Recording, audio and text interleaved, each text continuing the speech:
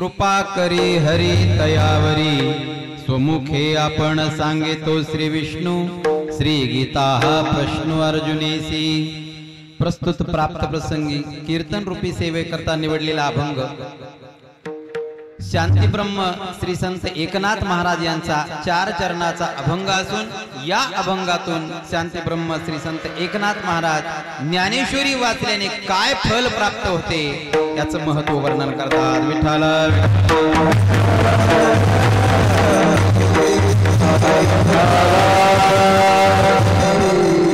सेवेला सुरुवात करण्यापूर्वी थोडासा परिहार द्यायचा म्हणजे तो असा, माऊली महावैष्णव ज्ञानेश्वर महाराज यांच्या 725व्या समाधी उत्सवाचा हा जो कार्यक्रम आहे, या कार्यक्रमामध्ये चतुर्थ दिनाची कीर्तन रूपी सेवा माझ्याकडे हरिभक्त परायण संजय महाराज देवकर यांच्याकडून आली।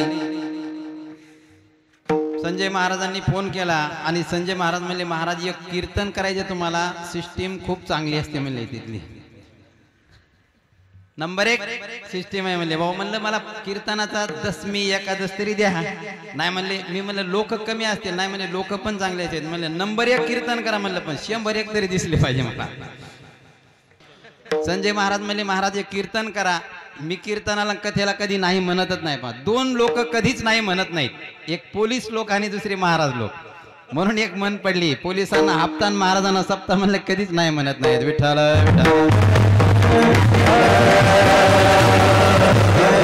अशा बऱ्याच म्हणी येतात। गणपतीला हरळ महाराज लोकांना नारळ म्हणलं की खूप आनंदी होतात, जावयाला लाकीट महाराज लोकांना पाकिट म्हणलं की खूप उड्या मारतात, नवरदेवाला फेटा महाराज लोकांना नोटा म्हणलं की खूप आनंदी होतात।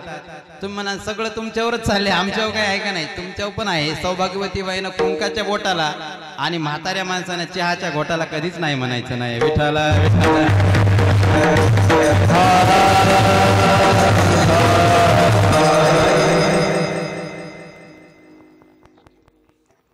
आता काय झालेले पहा, 2 वर्ष झालं सप्ताह नाही, कुठं काय नाही। हे सरकारनं काय केलं होतं, कोरोनाच्या नावाखाली सगळं बंद करून टाकलं होतं।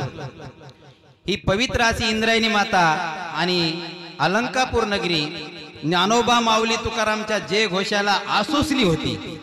आता या वर्षी हे ज्ञानोबा माऊली तुकाराम हा हरिनामाचा जो गजर आहे तो सर्वांना ऐकायला मिळत आहे, सर्वत्र आनंदाचं वातावरण आहे।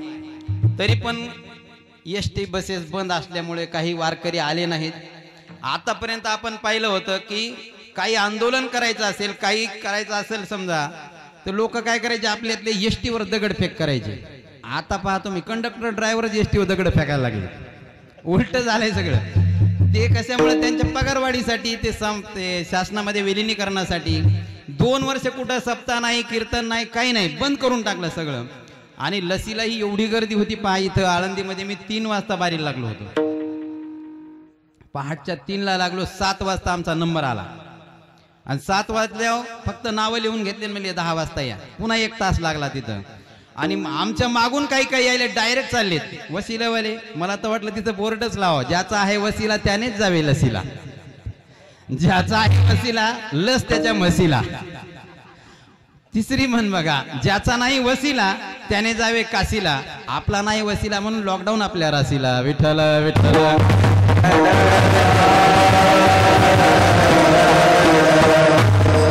असो, कीर्तनाला साथ करण्यासाठी महाराष्ट्रातील ख्यातनाम गायक हरिभक्त परायण रघुनाथ महाराज थोरात, त्यांचा आवाज खूपच आहे जोरात। संजय महाराज आहेत, त्यांचा आवाज आहे स्वरात।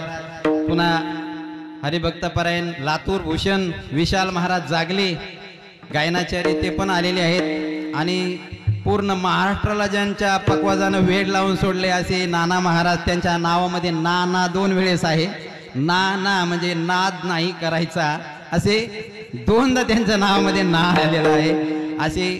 आणि ज्यांच्या नियोजनामध्ये हा सप्ताह चालू आहे असे हरिभक्त परायण विठ्ठल महाराज सोळंकी आणि सर्व तुमच्या, आता बाकीचे जे नाव माहीत नाहीत। आणि आम्हाला संजय महाराज म्हणले आपल्याला एक शूटिंग होणार आहे, आपली कीर्तन यूट्यूबला जाणार आहे आणि ते यूट्यूबचे चॅनलचे जे गजर कीर्तनाचे जे मेन संपादक आहेत रावसाहेब ताठे, हेही कीर्तनाला आवर्जून उपस्थित राहिले आणि सिस्टीम वालेलाही धन्यवाद.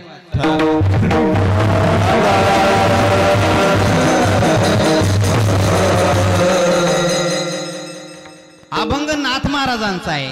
नाथ महाराज या अभंगातून ज्ञानेश्वरी वाचावी कशी आणि त्याने फल काय प्राप्त होते हे सांगतात. नाथ महाराजांच्या नावामध्ये त्यांच्या नावाचा अर्थ दडलेला आहे. पहा, एकनाथ. या जगाचा एक मालक आहे, त्याचं नाव आहे जगन्नाथ. जगस्य नाथ इति जगन्नाथ. माय जगन्नाथ, बाप जगन्नाथ, अनाथाचा नाथ जनार्दन. या जगाचा एक नाथ आहे, पण त्या नाथाचाही, त्या जगन्नाथाचाही एक नाथ आहे. म्हणजे त्या जगन्नाथाचाही एक मालक आहे आणि त्यांचं नाव आहे एकनाथ. जगाच्या मालकाचा एक मालक कशावरून? ज्यावरून त्यांनी की भगवंतानी नाथ महाराजांच्या घरी काम केले, पाणी वाहिलं, त्यावरून. कावडीने ज्या घरी पाणीच्या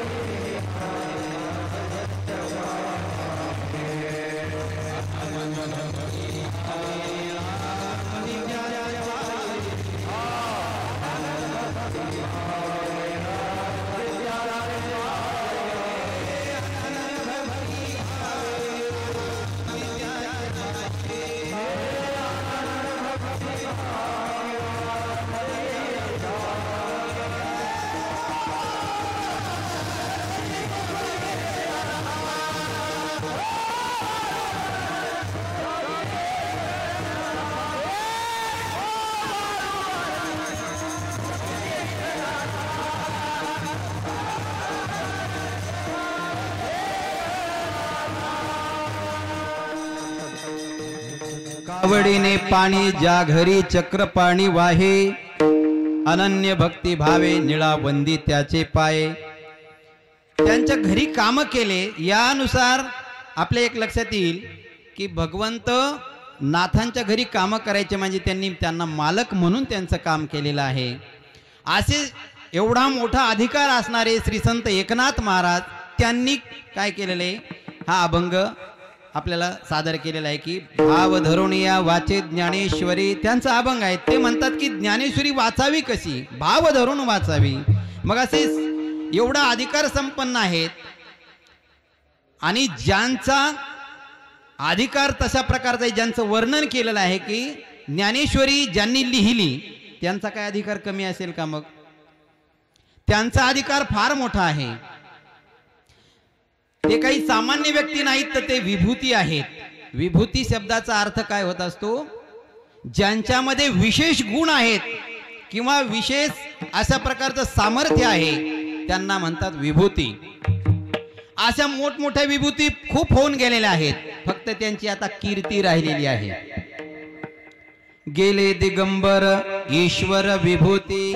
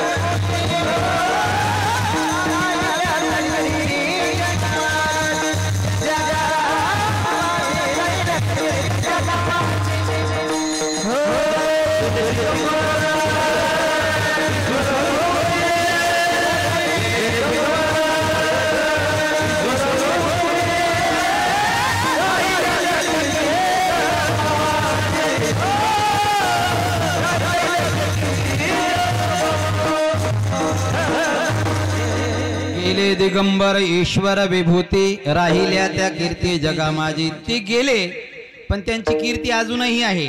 विभूती शब्दाचे अनेक अर्थ होतात. विभूत म्हणजे आपण त्याला रक्षा, राख, अंगारा असंही म्हणतो. विभूत होऊनी जंगम विभूती लाविती शंख वाजविती घरोघरी असं एक वर्णन केलेले आहे। आणि दुसरा विभूती अर्थाचे शब्दाचे बरेच अर्थ होतात। विभूती म्हणजे काय आहे? एक पुरुष असा तेज ज्याच्या ठिकाणी आहे, दिव्यता ज्याच्या ठिकाणी आहे, शौर्य आहे, अशा प्रकारचा महापुरुष त्याला ही विभूती म्हणतात। एथ विभूती प्रतिविभूती प्रस्तुत अर्जुना सांगी जेते, अशा प्रकारे विभूती शब्दाचे अर्थ आहेत। ज्ञानेश्वर महाराजांच्या शक्तीचा जर विचार केला तर त्यांची शक्ती एवढी आहे, अंगी ऐसे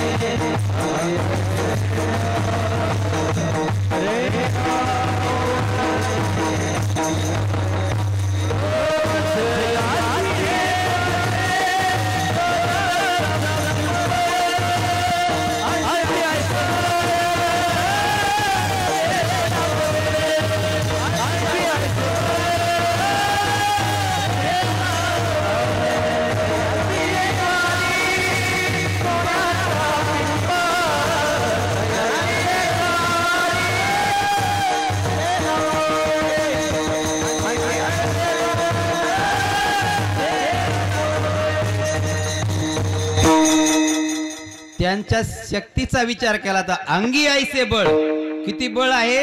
रेडा बोलण्याचं बळ आहे। आपल्यापैकी गावाकड म्हशी रेडे सांभाळलेले माणसं असणारच आहे तिकडं, आपण त्याला हाल्या म्हणतो तिकडं।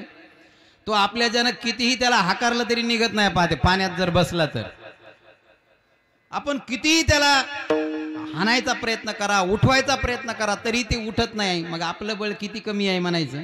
आणि ज्ञानेश्वर महाराजांचं बळ किती की त्यांच्या तोंडातून रेड्याच्या मुखातून वेद बोलवले। हा सगळ्यात निर्बुद्ध प्राणी आहे, गाढवापेक्षाही निर्बुद्ध आहे खूप। एवढ्या निर्बुद्ध प्राण्यांकडून जर वेद बोलून घेतले, मग कमी ताकद आहे का त्यांच्यामध्ये? याला सर्कसीमध्ये घेत नाही। पाण्यामध्ये जर बसला ना तर पूर जरी आला तर तो वाहत वाहत जातो, म्हणतो बरं आहे आपल्याला बिनचाकाची गाडी। या रेड्याची उपमा कोणाला दिली आहे ज्ञानेश्वरीमध्ये? रेड्याची उपमा ज्ञानेश्वरी पारायण वाचायलेत म्हणून मी म्हणलं, संजय महाराज म्हणले की ज्ञानेश्वर महाराजांचं वर्णन करणारा अभंग घ्या। मी म्हणलं ठीक आहे, मग ज्ञानेश्वरी पारायणावरलाच एक आपण काय म्हणलं का अभंग घेऊ। ज्ञानेश्वरीमध्ये असं वर्णन आले की या रेड्याची उपमा दिलेली आहे कोणाला? धृतराष्ट्राला। अहो ऐकी दादा से की अवधारा तवैया बोला म्हातारा, जैसा मैसा नुठी कापुरा, जैसा उगाची असे। म्हणजे पुरामध्ये ज्याप्रमाणे रेडा बसल्यावर जशाला तसाच बसतो, त्याप्रमाणे म्हणले ह्या धृतराष्ट्र अशाला असाच बसलाय। म्हणले मी त्याला गीता सांगितलं संजयाने, ते दूरदर्शनद्वारे सगळी गीता सांगायची सुरुवात केली होती। हा आंधळा होता, पाहू शकत नव्हता, पण तिकडचं वर्णन संजय सांगायचा। संजय खूप हुशार आहे पा प्रत्येक युगामध्ये। आता त्या युगातला संजय हुशार होता, धृतराष्ट्राला सांगायचा। आता उद्धव कोण? भगवान श्रीकृष्णाचा मित्र। भक्ती सुख त्याला माहित नव्हतं, तो ज्ञानाचा अधिकारी होता, त्याच्याकडे ज्ञान भरपूर होतं, पण भक्तीची उणीव होती। म्हणून उद्धवाला भगवान श्रीकृष्णाने त्या गवळणीकडे पाठवलं होतं, आणि त्यांचं भक्ती प्रेम पाहून याने याचा ज्ञानाचा गर्व नाहीसा झाला होता। अशा प्रकारे हा जो वारीचा हा आनंद आहे, तो आनंद जर द्विगुणित झाला आणि भगवंत प्रसन्न झाले तर कोरोनाच काय, कोणताही रोग आला तरी काही फरक पडणार नाही। विठ्ठला विठ्ठला।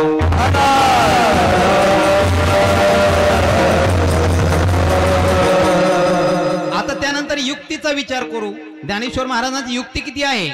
अहो त्यांच्यासारखा युक्तीने पटवून देण्याची हिंमत कोणातच नाही, त्यांचा कोणीच हात धरू शकत नाही। 9000 ओव्या आहेत ज्ञानेश्वरीमध्ये, त्याला दृष्टांत देण्यासाठी 3500 दृष्टांत दिलेत। 9000 ओव्यामध्ये 3500 दृष्टांत आहेत। एवढं समजून सांगण्याचा प्रयत्न कोणत्याच ग्रंथकाराने केलेला नाही। त्यांच्या युक्तीची खोली तुकाराम महाराज म्हणतात आम्हाला कळत नाही, म्हणून आम्ही त्यांच्या चरणावर मस्त युक्ती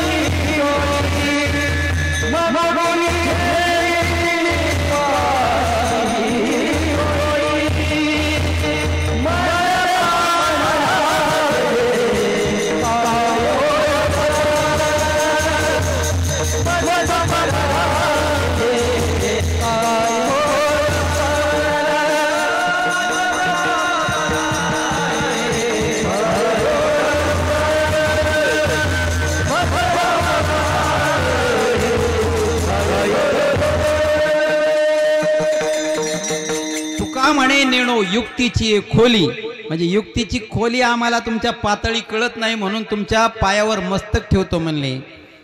ज्ञानेश्वर महाराजांच्या संपत्तीचा जर विचार केला तर त्यांच्या इतका श्रीमंत कोणीच नाही.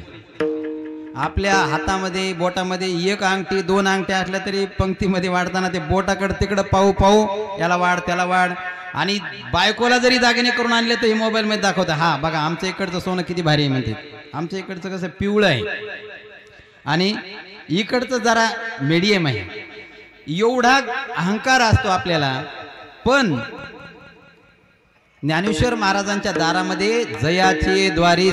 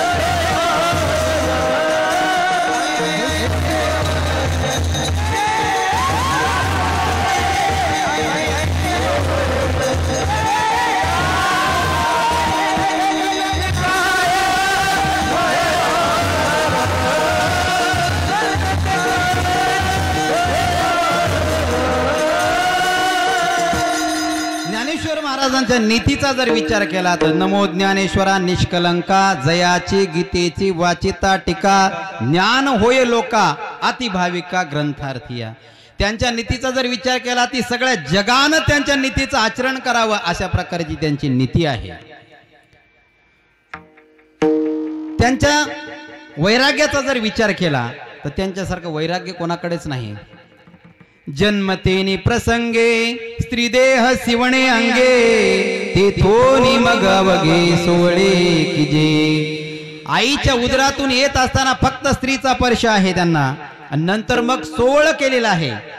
म्हणजे जन्मभर पुन्हा स्त्रीचा स्पर्श नाही. याला वैराग्य म्हणायचं. यांच्या वैराग्यासारखं दुसरं वैराग्य कोणाकडेच नाही. वैराग्य नेमकं काय आहे?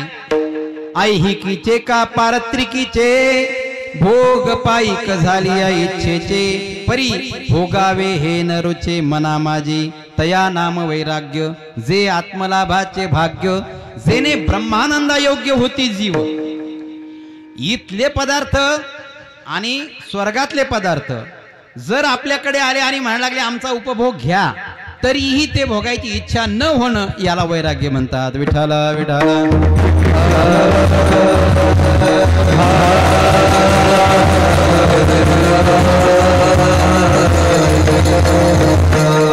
बरं. ज्ञानेश्वर महाराजांच्या भक्तीचा जर विचार केला तर ज्ञानेश्वर महाराजांसारखी भक्ती कोणीच केली नाही. सगळं जग देवाची भक्ती करतं परंतु तो देव विठोबा ज्ञानेश्वर महाराजांची भक्ती करतो. संतांचा महिमा वर्णावा तो किती अलक्ष लक्ष मूर्ती ज्ञानोबा माझा. ज्ञानेश्वर महाराजांची भक्ती देवानं केलेली आहे. देवाची वारी असते इथं. आता कार्तिकी वारी म्हणजे काय असते? देव तिकडून येतात इकडं ज्ञानेश्वर महाराजांना भेटण्याकरता. आषाढीला ज्ञानेश्वर महाराज तिकडं जातात आणि कार्तिकी वारीला ज्ञानेश्वर महाराजांना भेटण्याकरता पांडुरंग परमात्मा त्यांचा रथ येत असतो इकडे. आता ही ती परंपरा चालू आहे. म्हणजे एवढी भक्ती त्यांनी केलेली आहे की देव त्यांची भक्ती करतो. भक्ती केली ख्यात ज्ञान देवे भक्ती केली ख्यात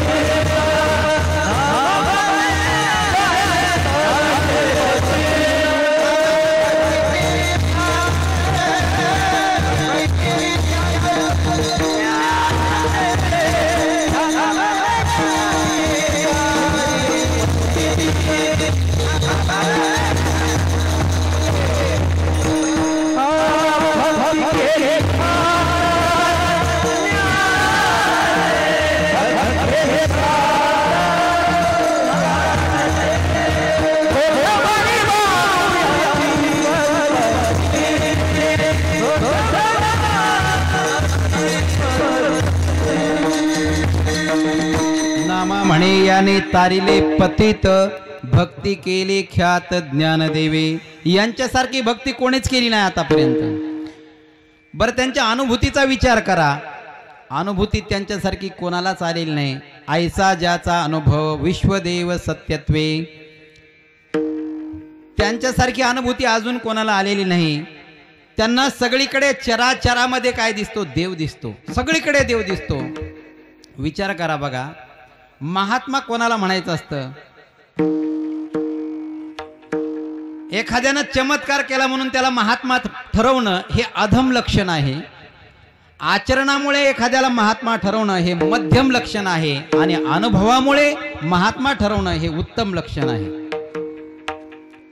ज्ञानेश्वर महाराजांच्या चारही भावंडांना त्यांच्या सहित त्यांच्या आई वडिलांना देखील इथल्या लोकांनी खूप त्रास दिला. खूप म्हणजे काय, तुम्ही सर्वांनी चित्रीकरणाद्वारे पाहिलेलं आहे. वाचलं जरी नसलं तरी पाहिलेलं आहे सर्वांनी की किती त्रास दिलेला आहे इथल्या लोकांनी. तरी पण त्यांनी एवढे जे वाङ्मय लिहिलेलं आहे, एवढे जे ग्रंथ लिहिलेले आहेत, त्या ग्रंथामध्ये कुठंतरी यांचं वर्णन केलं का? ह्या ब्राह्मणानं मला त्रास दिला, त्यानं त्रास दिला. त्यांच्या ज्ञानेश्वरीमध्ये एक अमृतानुभवमध्ये आहे. कशामध्ये? चांगदेव 65मध्ये एक हरिपाठात आहे. आपल्याला जर एखाद्यानं त्रास दिला असताना आपण एखादं पुस्तक लिहिलं असतं, त्याच्या अर्ध पान नाही तर एक पान तरी त्याच्यावर लिहिलं असतं, या माणसानं मला एवढा त्रास दिला, त्यानं तेवढा दिला. पण ज्ञानेश्वर महाराजांनी कोणाचंही वर्णन केलं नाही. किती त्रास झाला त्यांना, खूप त्रास झाला. पण सगळीकडे देव दिसायला लागला. म्हणले मग रागवायचं कुणावर? जगानं काम करावं आणि आपण त्याचा फायदा घ्यावा असं हे जग आहे. मग अशा या जगामध्ये ज्ञानेश्वर महाराजांनी अलौकिक अशा प्रकारचे काही कार्य केलेलं आहे. खूप मोठे ग्रंथ संपत्ती निर्माण केली. ज्ञानेश्वर महाराजांची अनुभूती अशी होती की त्यांना संत त्या काळात देखील लोक म्हणायचे, बाकीचे लोक, बाकीचे जे संत आहेत हे ग्रंथ रचणारे, त्या काळातही संत म्हणून कोणाकडे बोट दाखवायचं? तर ज्ञानेश्वर महाराजांकडे. एक मदर तेरेसा नावाची एक मोठी विख्यात एक स्त्री होऊन गेली जगामध्ये. ती ज्यावेळेस एक्सपायर झाली, वारली, त्यावेळेस तिथले लोक पोपकडे गेले, त्यांच्या राजाकडे, आणि म्हणले की आमच्या मदर तेरेसाला संत म्हणून पदवी द्या. तो पोप म्हणायला लागला, संत म्हणून पदवी द्यायला कमीत कमी त्याच्या जीवनामध्ये 2 तरी चमत्कार व्हावे लागतात. ज्ञानेश्वर महाराजांच्या जीवनामध्ये 8 चमत्कार झालेले आहेत. 16व्या वर्षी गीतेवर टीका लिहिली ज्ञानेश्वरी. रेड्यामुखी वेद बोलवला. त्यानंतर जड भिंत चालवली. त्याच्यानंतर मस्जिद बोलवली. पितर जेव्हा वेळेस घातले. स्त्रीचा पुरुष केला. मेलेला माणूस जिवंत केला आणि चांगदेवाचा गर्व नाहीसा केला. अशा प्रकारे अनेक प्रकारचे त्यांनी चमत्कार केलेले आहेत. मग ज्ञानेश्वर महाराजांना संत म्हणा असं म्हणायची गरज पडतच नाही. ज्ञानेश्वर महाराजांना सकल संतांनी काय म्हणलेले? माऊली म्हटलेले. माऊली. माऊली कोणाला म्हणतात? माऊली म्हणजे आई. पण आई शब्दाची परिपूर्णता तेव्हाच होते ज्या वेळेस तिला एखादं तरी आपत्य व्हावं लागतं, मूलबाळ व्हावं लागतं. मग माऊलीला मूलबाळ आहे का? बरं असतील तर किती आहेत? 4 मुलं आहेत माऊलीला. पहिला मुलगा आहे वेदशास्त्र, आणि त्या वेदशास्त्र सुद्धा ग्वाही देतात की म्हणतात ज्ञानेश्वर महाराज हे आई आहेत. वेदशास्त्र देते ग्वाही म्हणती ज्ञानाबाई आई. वेदशास्त्रांची आई कोण आहेत? तर श्री संत ज्ञानेश्वर महाराज आहेत. दुसरी आई आहेत कोणाची? दुसरं मूल कोणतं आहे? ज्ञानराज माझी योग्यांची माऊली जेने निगमवल्ली प्रगट केली. ज्ञानयोगी आहेत, कर्मयोगी आहेत, हठयोगी आहेत, भक्तियोगी आहेत. या सर्वांची आई म्हणजे श्री संत ज्ञानेश्वर महाराज आहेत. त्याच्यानंतर साधकांची आई आहेत. साधकांचा माय बाप दर्शने हरिता.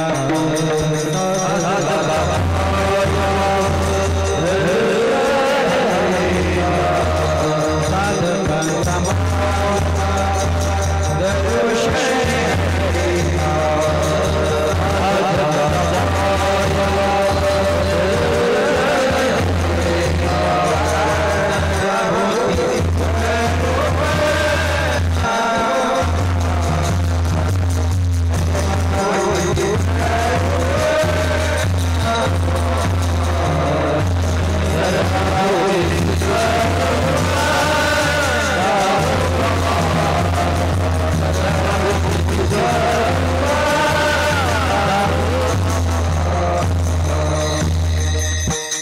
अपत्य आहे साधक. चौथा अपत्य का कोण आहे? ज्ञानाबाई माझी अनाथाची माय, एका जनार्दनी पाय वंदितसे. अनाथ हे जे कोणी आहेत त्यांची आई सुद्धा कोण आहेत? ज्ञानेश्वर महाराज आहेत. मला एक तुम्हाला प्रश्न विचारायचा आहे. एखादं मूल अनाथ कधी होत असतं? अनाथ एखादं मूल अनाथ कधी होत असतं? आई वडील वारल्यावर का फक्त वडील वारल्यावर का आई वारल्यावर का दोघही वारल्यावर? कधी होत असतं? कोणालाच माहित नाही अजून. एखाद्या मुलाला अनाथ कधी म्हणतात? अनाथ झालं हो पोरग कधी म्हणतात? त्याची आई वारल्यावर. बाप जरी वारला पण आई जिवंत असेल तर त्याला अनाथ म्हणत नाहीत. मातृलाभे सनाथत्वम अनाथत्वम विपर्यये. मातृलाभे सनाथत्वम. आई जर जिवंत असेल तर त्याला अनाथ म्हणत नाहीत, तो सनाथ असतो. पण ज्याची आई वारली तो अनाथ असतो. मग असे अनाथ किती आहेत? आता किती लोकांना आई नाही आणि वडीलही नाहीत. मलाही आई वडील नाहीत. माझे आई वडील वारले गेल्या वर्षी. आज 2 वर्षी एका सलग एका वर्षी वडील वारले, एका वर्षी आई वारली. आणि गेल्या वर्षी एवढा कोरोनानं हाकार माजवला, कीर्तन बंद झाले, कथा बंद झाल्या सगळं. माझी बहीण म्हणायला लागली आता तुझं कसं होईल म्हणली, तू तर आळंदीत राहायला आहे, कीर्तन बंद आहेत, कथा बंद आहेत, शेती तू लावून टाकली होती अगोदर 2 वर्षाची, तुला काही कामं येत नाही. मी म्हणलं माऊली आहेत, माऊली आमची आई आहे आणि आम्हाला काही कमी पडू देणार नाही. अक्षरशः सांगतो गेल्या वर्षीपासून एकही कार्यक्रम नव्हता. मोबाईल वरून 1 लाख रुपये आले मला एका जाग्यावर बसून झोपून. 1 लाख रुपये. मग ही कोणाची कृपा असेल? साक्षात माऊलींनी दिले म्हणायला लागतील का नाही? मी कमवले नाही, मला माऊलींनी माझी तारांबळ उडू नये म्हणून मला दिले. विठ्ठला विठ्ठला.